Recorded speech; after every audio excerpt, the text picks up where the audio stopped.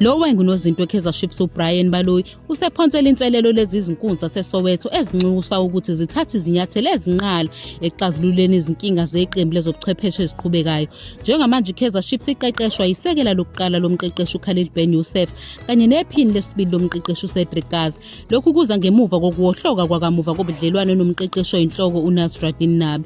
Ifu lokungaqiniseki lilenge eklabhini kungekho ukukhombisa ngokusobala ukuthi uBen Yusuf noGazi bazoqokwa unomphela noma bazogcina bekhishiwe. Ukungaboni ngasolinye noNabi okubikwa ukuthi kumayelana neziqu zomqeqeshi akukaxazululwa, kanti ubudlelwano phakathi kweqembu nomqeqeshi kukholakala ukuthi bubhidlike ngendlela yokuthi ngeke buphinde bulungiswe. Lokhu kungahambi kahle kwezobuchwepheshe kuhambisana nokuzabalaza kweform njengoba iKaizer Chiefs ihlulekile ukuthola amaphuzu aphezulu emidlalweni yayo emithathu yokugcina yeBetway Premiership futhi ibe nesikhathi esinzima sokudlulela esigabeni sesibili sokuqala seCAF Confederations Cup.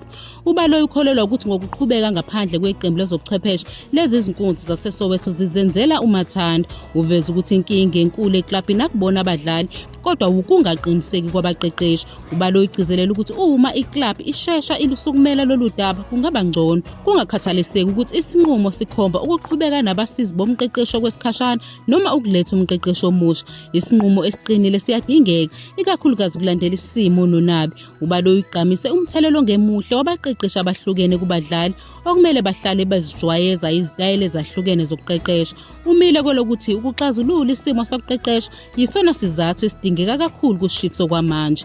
Isimo esikhona njengamanje seqembu lezobuchwepheshe sisongela ukubhidliza isifiso seKaizer Chiefs sokunqoba isicoco seBetway Premiership okokuqala ngqa kusukela ngesizini ka-2014-2015.